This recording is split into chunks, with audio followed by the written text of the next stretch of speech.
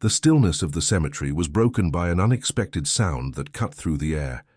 It wasn't the rustling of leaves in the breeze, nor the distant chirping of a bird. No, it was something much heavier, almost rhythmic, a sound that didn't belong in this somber place. Heavy footsteps. Footsteps that made the dry ground crack beneath a tremendous weight, each step reverberating off the gravestones and overgrown tombs. The people gathered around the open casket turned in confusion, their eyes wide, some still with tears on their cheeks, others gripping bouquets of white flowers that trembled in their hands. The priest paused mid-verse, his gaze fixed over the mourner's shoulders, his mouth agape, his words dying before they could be uttered. And then, from between the towering oak trees at the far edge of the cemetery, a silhouette emerged. At first, it was hard to believe what they were seeing. The figure seemed impossible, a grotesque illusion, but it was there, solid and very real. A gorilla, a colossal male with dark fur that swallowed the last light of the day, muscles rippling under its skin as it moved cautiously toward the crowd. Its eyes, dark, deep and intense, swept over the mourners, locking onto each of them with a kind of intensity that froze them where they stood.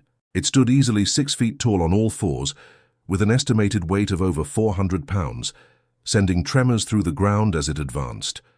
There were no fences, no cages, no barriers between this powerful creature and the people, who now instinctively huddled together, fear spreading like wildfire through their bodies.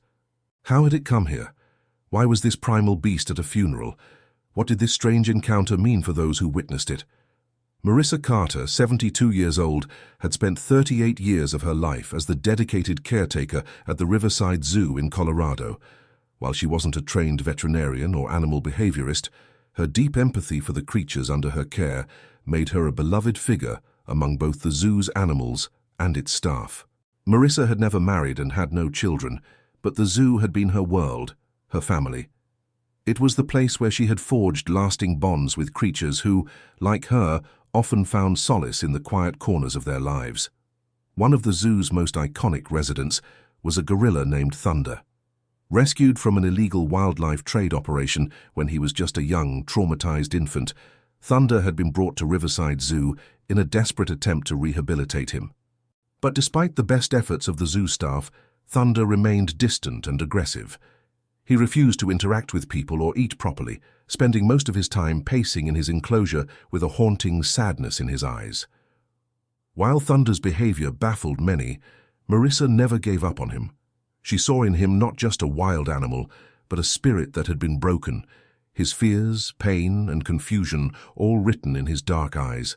She would visit him every morning before the zoo officially opened, speaking softly to him, letting him get used to her presence. She would sit by his enclosure, telling him stories about her day, about her childhood, and the memories of her late parents, who had passed when she was still young. One morning, Marissa made a simple but meaningful gesture. She brought him a faded stuffed bear, left behind by a child who had visited the zoo months ago. She placed it gently in the corner of Thunder's enclosure and waited. The gorilla, hesitant at first, moved toward it. Thunder had never known kindness. As a young infant, he had been torn from his mother's arms and thrust into the chaotic, brutal world of poaching and captivity.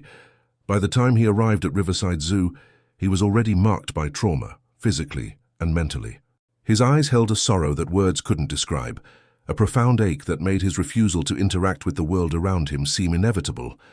But Marissa wasn't deterred. She saw something others missed, a life that, despite its deep scars, still held the capacity for healing. Each day she arrived early before the crowds, bringing the same quiet companionship Thunder seemed to crave. She didn't push him to come close. She simply existed beside him, her presence a steady comfort. For weeks she visited without seeing any real progress. Thunder remained distant, sometimes retreating to the farthest corner of his enclosure, his massive form a quiet shadow against the concrete walls. He would stare at Marissa from a distance, his eyes full of suspicion, as if wondering why this woman kept returning when all others had abandoned him. Then, one morning, Marissa brought something new, something that would change everything. A small worn stuffed bear, left behind by a child visiting the zoo weeks before. It was frayed at the edges, its fur matted and stained from years of use, but it was a gift, a gesture of comfort and familiarity. She placed it carefully inside his enclosure, just beyond the bars. She didn't ask for anything. She simply wanted him to have something familiar, something that might bring him a sense of peace. At first, Thunder took no notice of it. He continued to pace back and forth, his heavy footsteps thundering through the enclosure. But then, after several days of Marissa sitting quietly by the bars, she noticed something different. Thunder stopped pacing, and with cautious curiosity, turned his attention to the stuffed bear. He sniffed at it tentatively, his massive hands hovering above it as if unsure of its significance. Slowly, almost reluctantly, he reached out and grabbed the bear with his thick fingers, pulling it toward him. The first time he held the stuffed bear, Marissa's heart skipped a beat. Thunder, who had never shown interest in anything besides his own solitude, now held this simple object with the tenderness of a child. He sniffed it, nuzzling it against his chest, and for the first time in months Marissa saw something that resembled a smile, a small fleeting expression that softened his features. Over the next several weeks, the bond between Marissa and Thunder grew stronger. She continued her daily visits, speaking to him softly, sharing her stories. Thunder, in turn, became more relaxed in her presence, no longer retreating to the shadows of his enclosure. He began to sit closer to the bars, occasionally offering a soft grunt in response to her voice. It wasn't much, but it was progress, a sign that the walls around his heart were beginning to crack. On the rare occasions when Marissa brought him food, he would take it from her hands, hesitantly at first, but with increasing trust. He had started to associate her presence with comfort, not fear. It was a long, slow journey, but Marissa knew that Thunder was learning to trust again, and in doing so, he was learning to heal, not just from the abuse and neglect he had suffered, but from the deep loneliness that had haunted him for so long. Months passed, and Marissa's daily visits to Thunder became the highlight of her mornings. Her heart swelled each time she saw his massive form move closer to the bars of his enclosure, his eyes no longer filled with the same sadness they once held. Instead, there was a growing curiosity in his gaze, a quiet yearning for connection that for so long had been buried beneath the layers of pain and mistrust. But it wasn't just Thunder who had changed. Marissa, too, found herself drawn to him in ways she hadn't anticipated. She had spent a lifetime caring for animals, but Thunder had become more than just another animal in her care. He was a companion, a friend who spoke to her in a language she couldn't quite explain. There was a connection between them, something unspoken but palpable, a bond that transcended species. One cold winter morning, as Marissa sat by Thunder's enclosure, talking to him about the snowflakes gently falling outside, something unusual happened. She noticed Thunder's usual quiet demeanor shift. His posture became more alert, and he began to sniff the air, his nostrils flaring as if he detected something familiar. His eyes darted toward the edge of the zoo's property, beyond the gates where the forest began. At first, Marissa thought it was just her imagination, but as Thunder's body tensed, she felt an inexplicable shift in the air. A strange unease settled over her, and she turned her gaze toward the forest. That's when she saw him, the silhouette of a massive gorilla emerging from the trees, her breath caught in her throat. Thunder's reaction was immediate. His eyes locked onto the newcomer, his muscles rippling with tension as he stood upright, his large frame now blocking the path to the enclosure's door. There was no mistaking the recognition in his gaze. This was no ordinary animal. It was as though Thunder had sensed something from deep within his past, a memory that had been buried for years. The figure moved closer, emerging fully into view.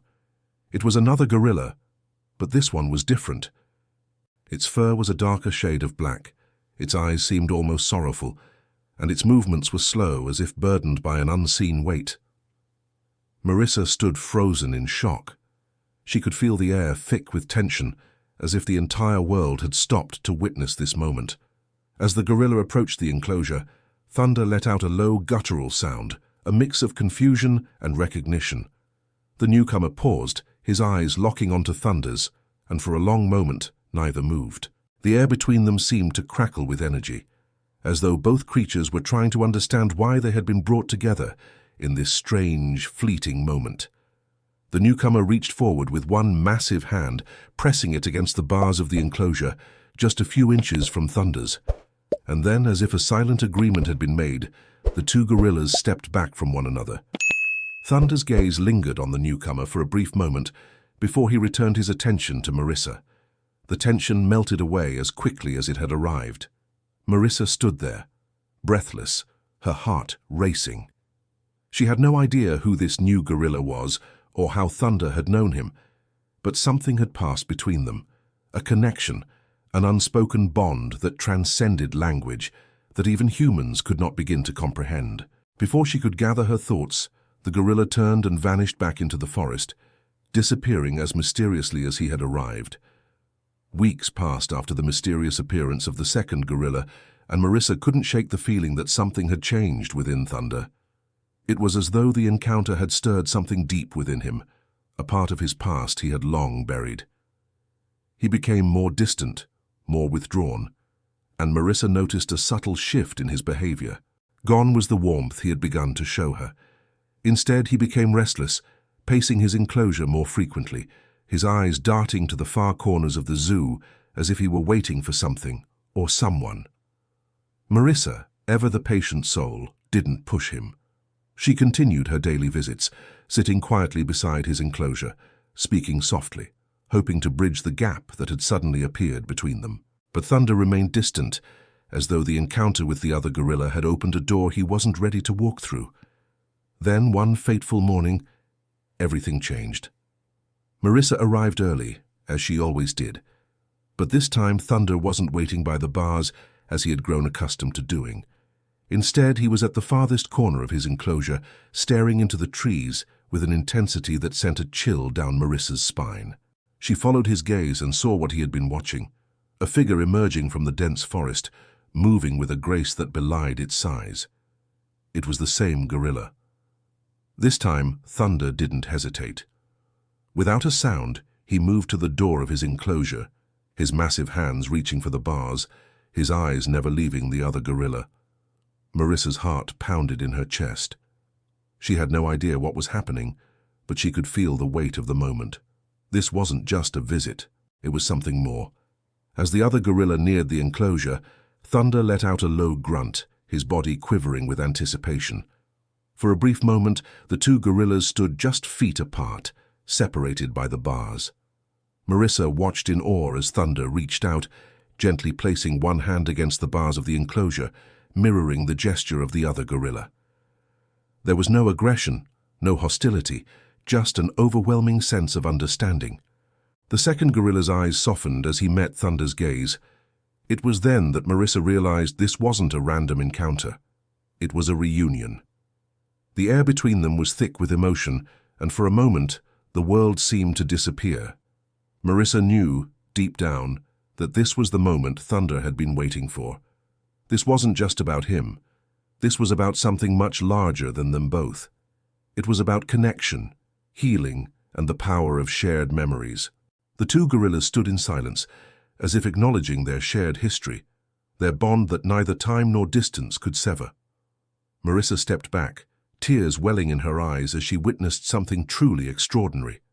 But then, just as quickly as the moment had arrived, it was over. The second gorilla stepped back, his eyes lingering on Thunder for a long moment before he turned and disappeared into the forest, vanishing as mysteriously as he had come. Thunder stood there for a long time, his gaze fixed on the spot where the other gorilla had been. Slowly, almost reluctantly, he turned and walked back to the center of his enclosure, his steps heavy, as if the weight of the encounter had drained him. Marissa watched him, her heart aching for the bond he had lost and found once again. That afternoon, Thunder's demeanor softened once more. He no longer paced aimlessly. Instead, he rested by the bars, his eyes searching the trees for something he had finally found. His once sad eyes now held a sense of peace, as if a part of him had come home. Marissa knew that Thunder had been given something more than just companionship. He had been given the chance to reconnect with a past he had almost forgotten. And she, in turn, had been given the privilege of witnessing the most profound kind of healing, a reunion between two kindred spirits who had found their way back to each other. The weeks that followed Thunder's encounter with the other gorilla brought a calmness that Marissa had never seen before. His once restless pacing was replaced with quiet moments of reflection, his gaze often drifting toward the trees beyond his enclosure, as though he was awaiting another visit. Though the mysterious gorilla never returned, Thunder seemed content, finally at peace with the part of his past that had haunted him for so long. Marissa's visits remained a constant, but they had changed. The bond between her and Thunder had deepened, rooted not just in routine care but in mutual understanding and respect. She no longer needed to speak to him every day. Their silent companionship was enough. Thunder had come to trust her fully, and for the first time, he seemed to accept the love she had offered him without hesitation. One quiet afternoon, as Marissa sat by his enclosure, she noticed something different. Thunder had brought the stuffed bear, the one Marissa had given him all those months ago, to a corner of his enclosure. He had placed it carefully against the wall, its faded fur now a symbol of everything they had shared. Marissa smiled softly, her heart full of gratitude for the unexpected journey she had shared with him. She had entered his life as a caregiver, but she was leaving as something much more: his friend, his companion, and a witness to the incredible healing power of connection. As she turned to leave that day, she paused at the gate, one last glance over her shoulder. Thunder was resting, his massive head resting on his paws, his eyes closed in peaceful contentment.